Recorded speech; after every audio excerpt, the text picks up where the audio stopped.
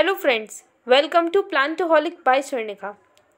और अपने cell and cell organelles chapter को कंटिन्यू करते हुए आगे आज हम स्टडी करेंगे प्लास्टिड्स के बारे में। तो जैसे कि आपको पता ही है, आप अगर बहुत टाइम से सीरीज़ फॉलो कर रहे होंगे तो आपको पता चल गया होगा कि स्टार्ट करने से पहले हम एक थॉट ज़रूर पढ़ते हैं, एक अच्छा थॉट जिससे हमें अच्छी वाइब्स आती हैं, और उस थॉट को से हम अगर अपनी लाइफ में कुछ पॉजिटिव चेंज ला सकते हैं तो ये तो बहुत ही ज़्यादा और भी अच्छी बात हो जाएगी।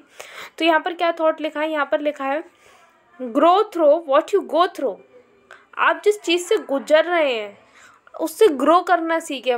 यानी कि देखिए, कभी कभी क्या होता है लाइफ में, ऐसी सिचुएशन आ जाती है, काफ़ी ज़्यादा डिफ़िकल्ट सिचुएशन आ जाती है, या फिर कुछ इस तरीके की सिचुएशन आ जाती है जिसमें हमारा इमोशनल ब्रेकडाउन होने लगता है। तो उसी टाइम पर हमें ग्रो करना है।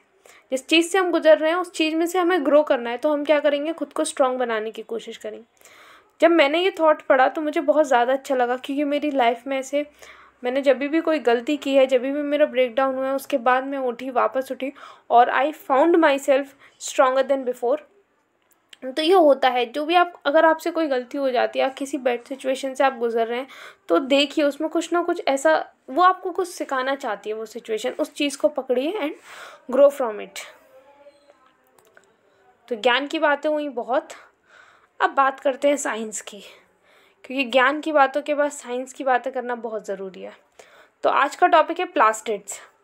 प्लास्टिड्स के बारे में सबसे पहले किसने बताया था? प्लास्टिड के बारे में सबसे पहले बताया था अर्नेस्ट हैकेल। तो इनका नाम जो है आपने पहले भी सुना होगा। आपने सुना होगा कि इन्होंने 3 किंगडम क्लासिफिकेशन दिया था। ही गिव 3 किंगडम क्लासिफिकेशन। वहाँ पर आपने इनका नाम ज़रूर सुना होगा। तो इन्हीं ने प्लास्टिड्स के बारे में बताया था। He also told about the plastids. तो हमने प्लास्टिड्स को तीन उसमें डिवाइड किया है on the basis of colour. हमने उनको 3 पार्ट्स में डिवाइड किया है, ल्यूकोप्लास्ट, क्रोमोप्लास्ट एंड क्लोरोप्लास्ट। अब आगे पढ़ने से पहले सबसे पहले बेसिक क्वेश्चन आता है कि प्लास्टिड्स होते क्या हैं। तो प्लास्टिड्स क्या हैं? तो आप प्लास्टिड्स को डिफाइन कर सकते हैं, ये एक ऐसी सेल ऑर्गेनेल है। Yes, it is a cell organelle. ये एक ऐसी सेल ऑर्गेनेल है जो कि किसको कंटेन करती है? कुछ पिगमेंट्स को कंटेन करती है। इसके अंदर कुछ पिगमेंट्स होते हैं, तो वही पिगमेंट्स हम पढ़ेंगे कौन कौन से पिगमेंट्स होते हैं। And one thing you must know that it is the largest cell organelle. Cell के अंदर ये सबसे ज़्यादा लार्जेस्ट सेल ऑर्गेनेल होती है, लेकिन but smaller than nucleus. Nucleus से छोटी होती है, काफ़ी बड़ी होती है लेकिन न्यूक्लियस से छोटी होती है, ये जानने वाली बात है। और जैसे कि बताइए किसके अंदर एब्सेंट होगी? ये सारे सेल्स में पाई जाती है। यूकैरियोटिक सेल्स में तो पाई जाएगी, लेकिन प्रोकैरियोट्स में एब्सेंट होगी। And at the same time it is also absent in fungi. Fungi के अंदर भी एब्सेंट होते हैं प्लास्टिड्स। दैट्स वाई उनका कोई कलर नहीं होता फंजाई का। You can see the colour in algae. Algae के अंदर कलर होता है क्योंकि उनके अंदर प्लास्टिड्स होते हैं। प्लांट्स के अंदर तो होते ही हैं प्लास्टिड्स से, तो आप उनके तो इतने सारे कलरफुल पार्ट्स होते हैं। फ्लावर्स हो गए, फिर आपके क्या कहते हैं, प्लांट का ही कलर हो गया green colour, which is due to chlorophyll. और फ्रूट्स कई सारे कलर के होते हैं। तो वो कौन से अलग अलग पिगमेंट्स होते हैं? जैसे कि जो पर्पल कलर है, हमने पढ़ा था, पर्पल कलर जो होता है वो एंथोसाइनिन पिगमेंट की वजह से होता है। बट इट इज़ नॉट वो प्लास्टिड में पाए जाने वाला पिगमेंट नहीं। वो किस में पाया जाता है? वो सेल सेप में पाया जाता है। ये हमने पढ़ा था, अगर आपको वैक्यूल जब हमने डिस्कस किया था, तो अगर आपने वो वीडियो नहीं देखी है तो उसे भी देख लेना। तो on the basis of colour के बेसिस पर हम प्लास्टिड्स को 3 पार्ट में डिवाइड करते हैं। एंड अगर मैं बहुत ज़्यादा फास्ट बोलती हूँ तो आप मुझे कमेंट सेक्शन में ज़रूर बताइएगा। I will try to slow my speed. 3 type के होते हैं ये on the basis of colour, leucoplast, chromoplast and chloroplast. तो ल्यूकोप्लास्ट वाला कलरलेस होता है। क्रोमोप्लास्ट, क्रोमो मीन्स कलर, तो कलर, प्लास्ट इज प्लास्टिड। तो जो कलर, जिस प्लास्टिड में कलरफुल पिगमेंट्स होते हैं वो आपका क्रोमोप्लास्ट हो गया। एंड क्लोरोप्लास्ट जिसमें and the one which contains green pigment chlorophyll, it is chloroplast. उस प्लास्टिड को क्लोरोप्लास्ट कहते हैं। सो जैसे कि पहला है क्लोरोफिल। क्लोरोफिल क्या होता है? मैं आपको बता रही हूँ, यहाँ पे मैंने एक छोटी सी बात लिखी है, वैसे हम इसको आगे भी स्टडी करेंगे। जो क्लोरोफिल होता है उसके अंदर ग्रेना पाए जाते हैं, ठीक है। उन ग्रेना की 2 मेम्ब्रेन्स होती हैं, आउटर एंड इनर। तो जो इनर मेम्ब्रेन होती है, उस इनर मेम्ब्रेन के अंदर क्वांटोसोम्स होते हैं। The functional unit of the smallest and the functional unit of chlorophyll. तो उसके अंदर क्वांटोसोम्स होंगे, उन क्वांटोसोम्स के अंदर क्लोरोफिल के मॉलिक्यूल्स पाए जाते हैं। एक क्वांटोसोम के अंदर 230 क्लोरोफिल मॉलिक्यूल्स होते हैं, 230। ये सब आगे आएगा, तो इसको आगे और अच्छी तरीके से डिस्कस करेंगे। क्लोरोप्लास्ट, सबसे पहला प्लास्टिड जो है हम जिसको डिस्कस कर रहे हैं वो है क्लोरोप्लास्ट। तो एक ग्रीन प्लास्टिड होता है। इस पिक्चर में आप देख सकते हैं, ये एक माइक्रोस्कोपिक इमेज है जिसमें माइक्रोस्कोप के अंदर इसको देखा गया होगा। क्लोरोप्लास्ट इस तरीके से दिखाई दे रहा है, ये सब क्लोरोप्लास्ट है ना। इनके अंदर काफ़ी स्ट्रक्चर पाया जाता है, वो हम स्टडी करने वाले हैं, क्लोरोप्लास्ट का पूरा स्ट्रक्चर। तो क्लोरोप्लास्ट का जो स्ट्रक्चर है वो डायरेक्टली प्रोपोर्शनल होता है प्लॉइडी लेवल के। सेल का प्लॉइडी लेवल जितना ज़्यादा होगा, सेल कैसा आपका हैप्लॉइड है, डिप्लॉइड है या पॉलीप्लॉइड है, तो उसी प्लॉइडी लेवल के अकॉर्डिंग जो है उसका साइज़ होगा, डायरेक्टली प्रोपोर्शनल होगा। प्लॉइडी लेवल जितना ज़्यादा उतना ज़्यादा क्लोरोप्लास्ट का size. Bounded by 2 unit membranes, chloroplast की 2 यूनिट मेम्ब्रेन्स होती हैं। अब यूनिट मेम्ब्रेन क्या होती है, जैसे हमने सेल मेम्ब्रेन जो पढ़ी थी, उसी मेम्ब्रेन को, जो फ्लूइड मोज़ाइक मॉडल पढ़ा था हमने, उस पूरी मेम्ब्रेन को क्या कहा जाता है, यूनिट मेम्ब्रेन कहा जाता है। And it is similar for all cell organelles, सारी सेल ऑर्गेनेल्स के लिए सिमिलर होती है। तो यहाँ पर इसके अंदर प्लास्टिड के अंदर 2 यूनिट मेम्ब्रेन्स पाई जाती है, one is inner and the other is outer. Inner membrane जो होती है वो इम्परमिएबल होती है। इम्परमिएबल का मतलब क्या है, वो अपने अंदर से किसी चीज़ को पास नहीं होने देती। तो जब वो अपने अंदर से किसी चीज़ को पास नहीं होने देगी तो उसको स्पेशल प्रोटीन्स की ज़रूरत पड़ेगी विच आर कॉल्ड ट्रांसपोर्टर्स। तो ट्रांसपोर्टर जो इनर मेम्ब्रेन होती है उसमें ट्रांसपोर्टर्स पाए जाते हैं बिकॉज इट इज़ इम्परमिएबल। फिर उसके बाद हम देखते हैं जो हमारी आउटर मेम्ब्रेन होती है वो परमिएबल होती है and it has porins. Porins are integral proteins, integral proteins होते हैं पोरेंस, वो आउटर मेम्ब्रेन में पाए जाते हैं और उसको परमिएबल बनाते हैं। और मैट्रिक्स, मैट्रिक्स क्या होता है, जिसकी अभी हम इसका डायग्राम देखेंगे। जब इसका डायग्राम देख लीजिए आप, देखिए इस डायग्राम के अंदर जो स्ट्रोमा है, ये आपको स्ट्रोमा दिखाई दे रहा है।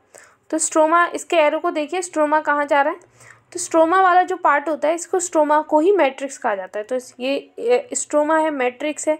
इस मैट्रिक्स के अंदर क्या पाए जाते हैं, थैलेकॉइड्स पाए जाते हैं। तो थैलेकॉइड्स 2 टाइप के होते हैं, यहाँ पर आपको 2 टाइप के थैलेकॉइड्स देखने हैं, स्मॉलर थैलेकॉइड्स एंड लार्जर थैलेकॉइड्स। तो अब ये वाले जो थैलेकॉइड्स हैं इस तरीके से, ये वाले जो थैलेकॉइड्स हैं जैसे ये हो गए, ये हो गए, ये हो गए, ये हो गए, ये तो हैं आपके कौन से थैलेकॉइड्स, स्मॉलर थैलेकॉइड्स। अब इन थैलेकॉइड्स को कनेक्ट करने वाले जो थैलेकॉइड्स हैं, जो इनको कनेक्ट करें, let me use another colour, जो इनको कनेक्ट करने वाले थैलेकॉइड्स हैं, 2 ग्रेनम को कनेक्ट करने वाले जो थैलेकॉइड्स हैं, 2 ग्रेना को कनेक्ट करने वाले जो थैलेकॉइड्स हैं, those thylakoids are called larger thylakoids, उनको लार्जर थैलेकॉइड्स बोला जाता है। इस चीज़ को आप यहाँ पर देख लीजिए और स्टडी करते हैं हम इसके बारे में, फिर इसके डायग्राम को और भी अच्छी तरीके से स्टडी करेंगे। और क्या क्या बातें लिखी हैं यहाँ पर, मैट्रिक्स मैंने आपको बता दिया, जो मैट्रिक्स होती है it contains grana and stroma, मतलब ग्रेना और स्ट्रोमा को कंटेन करती है। बट आप कह सकते हैं कि जो स्ट्रोमा है वही मैट्रिक्स है, stroma is also called matrix. Grana has 2 types of thylakoids, grana के पास 2 टाइप के थैलेकॉइड्स होते हैं, smaller and larger. On the inner membrane of the smaller thylakoids quantosomes are present which are the smallest in the functional unit of chloroplast. ये बात मैं आपको ऊपर बता दी कि जो ग्रेना होता है, अब देखिए इसमें ग्रेना क्या है, मैंने अभी आपको बताया कि ये जो ग्रेना होता है, ये जो पूरा स्ट्रक्चर है ना, इस पूरे स्ट्रक्चर को ग्रेना कहते हैं। ये जो पूरा सिंगल स्ट्रक्चर है इट इज़ कॉल्ड ग्रेना। तो सिंगुलर इज ग्रेनम, इस सिंगुलर क्या हो जाएगा आपका ग्रेनम, और इनको कलेक्टिवली एक साथ इनके लिए जो वर्ड यूज़ करेंगे इट विल बी ग्रेना। तो ये जो ग्रेनम होते हैं या ये जो ग्रेना होते हैं, आप किस रेफरेंस में बात करें, जैसे मैं सबकी बात कर रही हूँ तो मैं बोलूँगी कि जो ग्रेना होते हैं, दीज ग्रेना आर, क्या बता रही थी मैं आपको, कि जो ग्रेना होते हैं इनके पास 2 मेम्ब्रेन्स होती हैं, स्मॉल आउटर एंड इनर। तो जो इनकी इनर मेम्ब्रेन होती है, the inner membrane of smaller थैलेकॉइड्स, तो ग्रेना जो होते हैं वो 2 टाइप के थैलेकॉइड से बने हैं। सबसे पहली बात स्मॉलर एंड लार्जर, जो ग्रेना है वो 2 टाइप के थैलेकॉइड से बने, smaller and larger.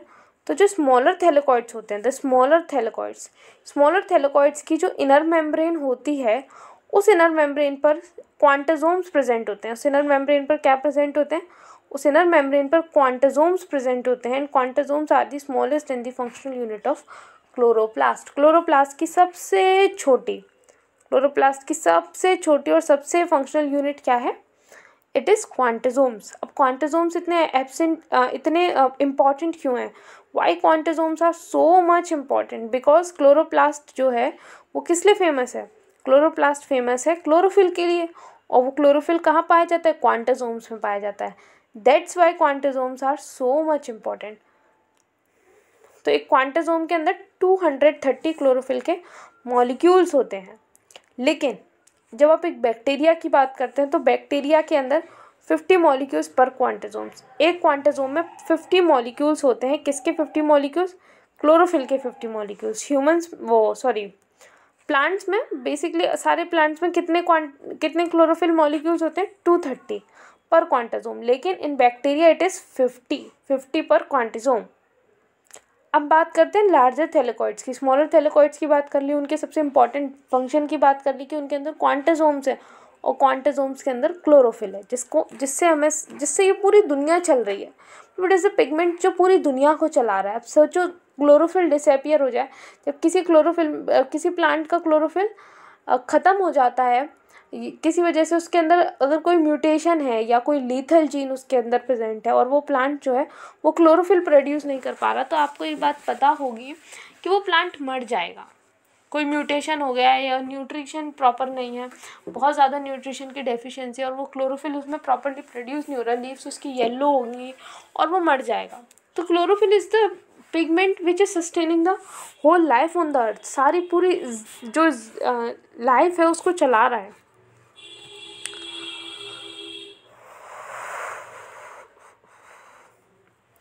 Larger thylakoids are called intergranal lamellae और स्ट्रोमा लैमेले। जो लार्जर थैलेकॉइड्स होते हैं, तो मैंने आपको बताया जो लार्जर थैलेकॉइड्स होते हैं क्या काम करते हैं? दो ग्रेना का, डिफरेंट ग्रेना को कनेक्ट करने का काम करते हैं। जो अलग अलग ग्रेना हैं, जैसे एक ग्रेना ये हो गया, एक ग्रेना ये हो गया, एक ग्रेना ये हो गया, एक ग्रेना ये हो गया, इन ग्रेना के बीच में क्या प्रेजेंट होते हैं? Larger thylakoids. These are larger thylakoids. These are larger thylakoids. ये क्या है? मैंने पिंक एरो से जिन्हें मार्क किया है, दीज आर लार्जर थैलेकॉइड्स। ये डिफरेंट ग्रेना को कनेक्ट करते हैं। तो इनके और भी कई सारे नाम हैं। क्या क्या नाम है इनके? These are also called intergranal lamellae. Intergranal lamellae कहा जाता है। इंटरग्रेनल, दो ग्रेना के बीच के लैमेले इंटरग्रेनल लैमेले, और इनको स्ट्रोमा लैमेले भी कहा जाता है क्योंकि ये स्ट्रोमा में प्रेजेंट होते हैं। ठीक है, इतनी बात समझ में आई? आ गई ना चीज़ समझ में? स्पीड तेज तो नहीं है? ठीक है, चलिए आगे चलते हैं। नोट कर लिया करो इन सबको, और अगर इसका पीडीएफ चाहिए तो वो भी कमेंट कर देना, पीडीएफ भी मिल जाएगा, बट आप कमेंट करोगे तभी मिलेगा, बिना कमेंट करे कुछ नहीं मिलता। ग्रेना के अंदर होती है लाइट रिएक्शन और स्ट्रोमा के अंदर होती है डार्क रिएक्शन। ये बात आप याद रखेंगे, वेरी इंपॉर्टेंट पॉइंट। अब क्लोरोप्लास्ट का ये जो डायग्राम है, बहुत अच्छा सा ये डायग्राम है और इसको आप आराम से समझ सकते हैं। देखिए मैं आपको समझाती हूँ। ये वाली जो मेम्ब्रेन है, 1 minute, let me use the arrows. ये वाली जो मेम्ब्रेन है ये आउटर मेम्ब्रेन हो गई, फिर अंदर आपको जो मेम्ब्रेन दिखाई दे रही है ये इनर मेम्ब्रेन हो गई। इन दोनों मेम्ब्रेन्स के बीच का, outer and the inner membrane के बीच का जो स्पेस होता है, उस स्पेस को क्या कहते हैं? It is called inter membrane space. Oh my God, ये देखिए यहाँ पर लिखा है ना इंटर मेम्ब्रेन स्पेस। तो इन दोनों के मेम्ब्रेन्स के बीच का जो स्पेस है it is inter membrane space. और एक बहुत इंपॉर्टेंट चीज़ है, यहाँ पर आप देख रहे होंगे डीएनए रिंग।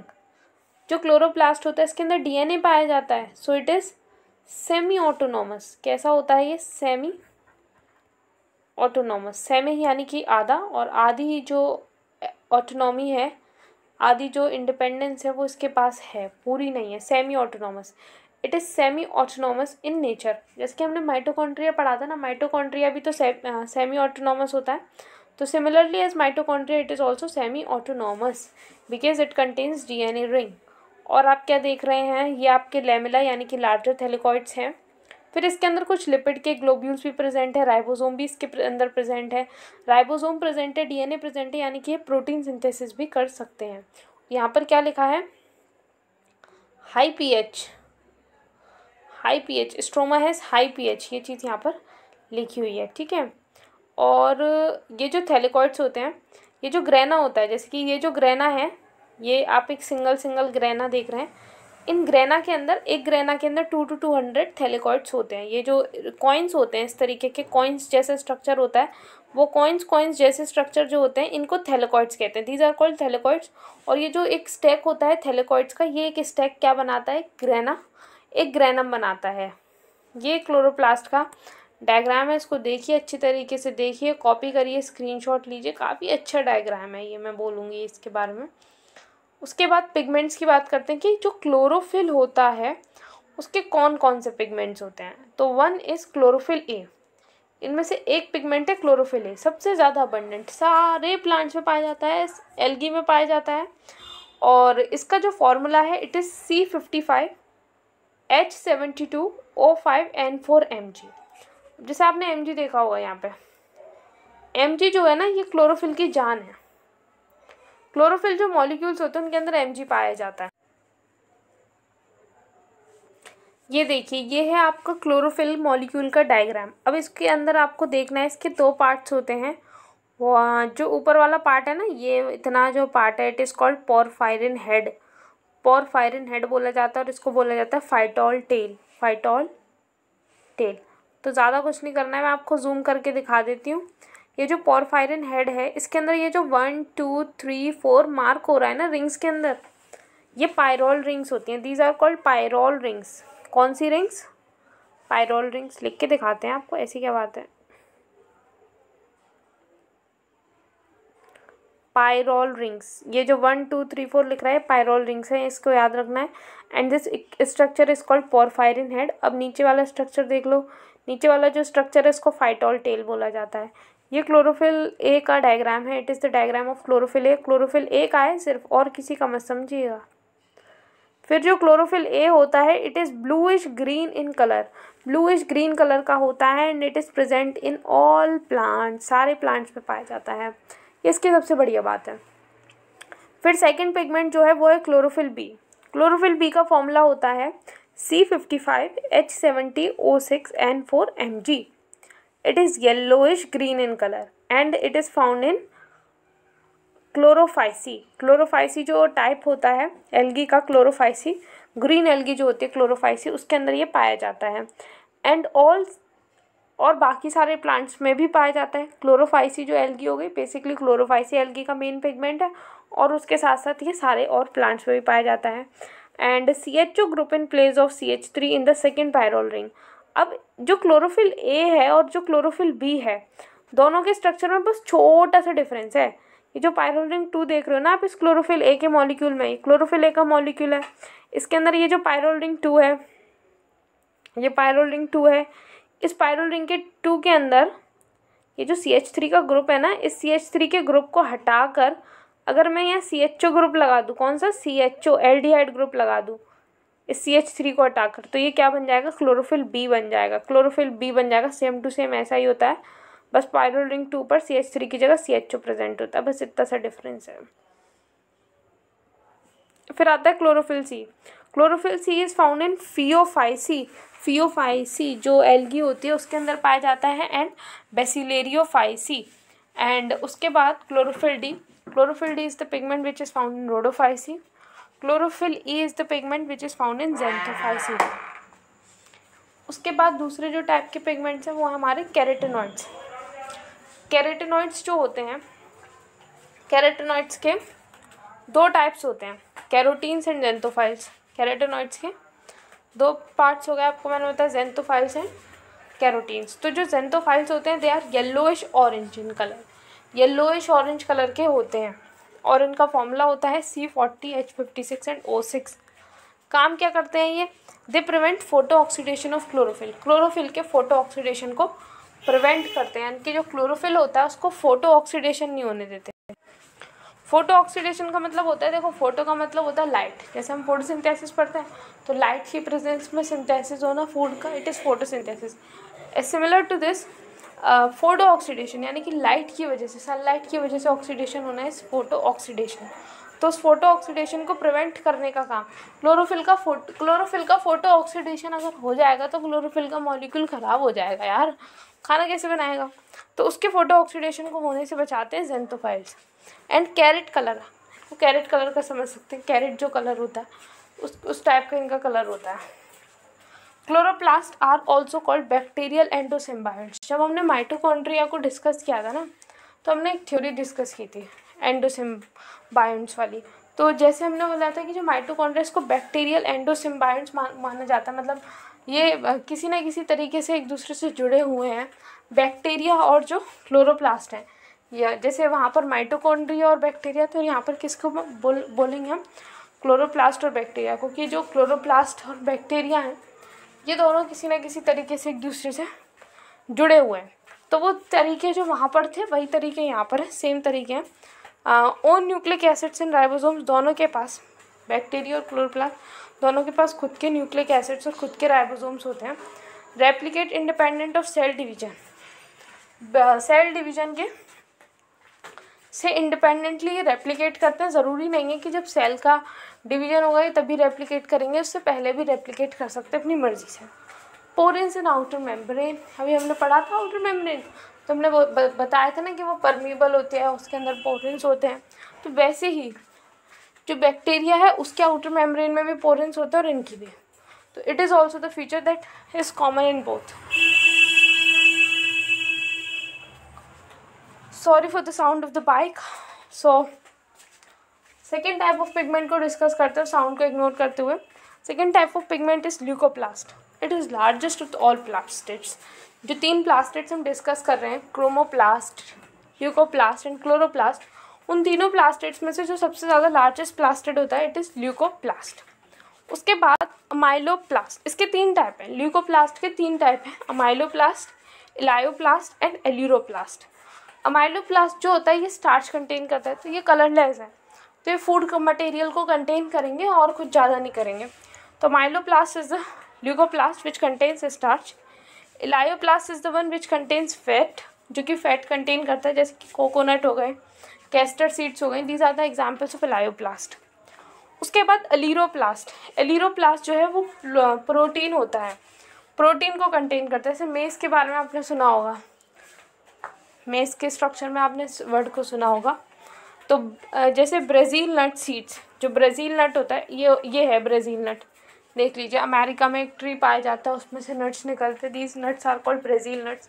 तो ये जो ब्राज़ील, हाँ ब्राज़ील अमेरिका से ही होगा, कनेक्टेड इज। तो ये जो नट्स निकलते हैं these nuts are called Brazil nuts. तो ये जो नट्स हैं these are the example of aleuroplast. उसके बाद किसकी बात करते हैं, क्रोमोप्लास्ट की। Chromoplast are the coloured pigments, coloured pigments, इनके अंदर कलर पाया जाता है।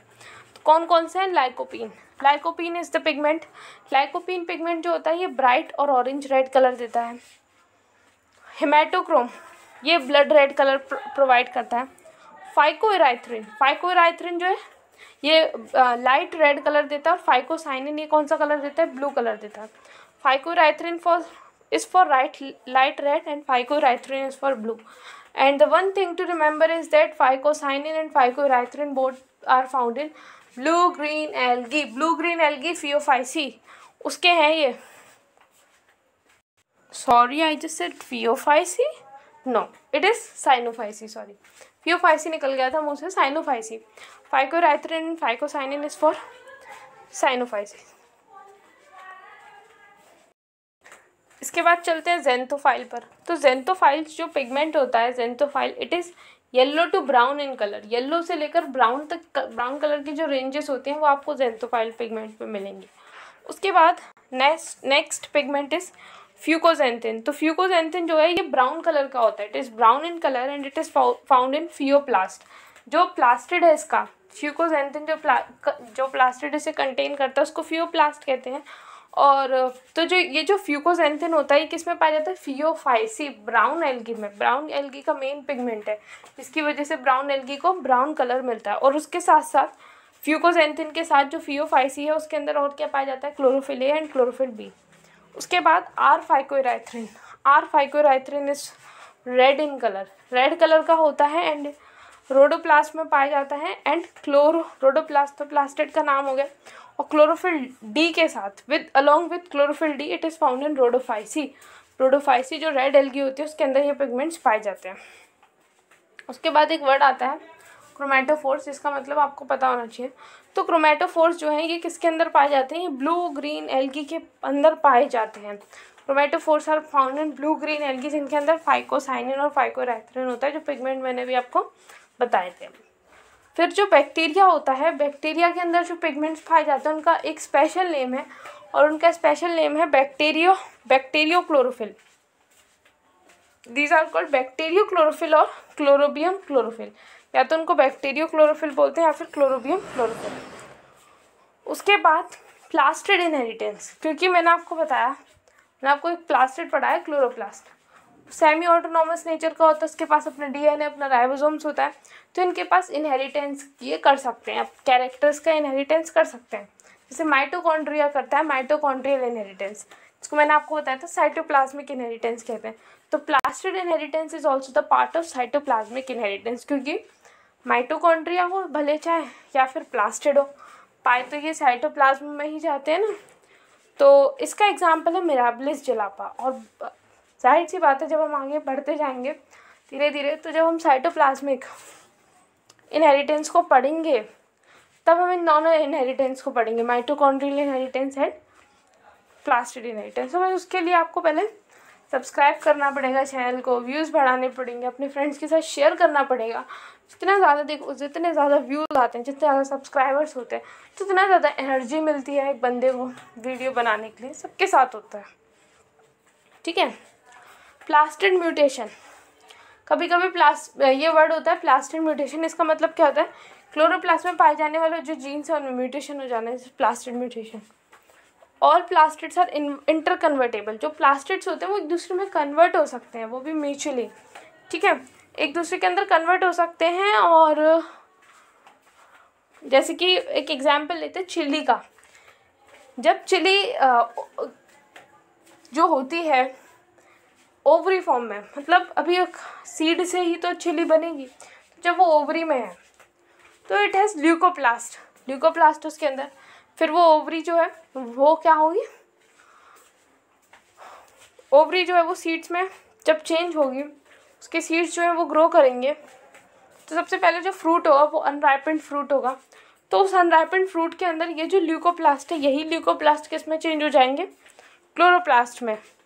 और वो क्लोरोप्लास्ट जब बाद में ये अनराइपेंड फ्रूट जब राइपन होगा, यानी कि जब पक जाएगा, तो आपने देखा है जो पकी हुई जो चिली होगी वो रेड कलर की होगी, रेड कलर की होगी, तो उसके पास क्या होगा, क्रोमोप्लास्ट होगा। तो ये आपको याद रखना है कि ये जो प्लास्टिड्स होते हैं एक दूसरे में कन्वर्ट हो सकते हैं, और ये उल्टा भी हो सकता है, मतलब ये जो ल्यूकोप्लास्ट है वो क्लोरोप्लास्ट में कन्वर्ट होने के बाद फिर से ल्यूकोप्लास्ट में भी हो सकता है, ये पावर भी होती है इनके पास।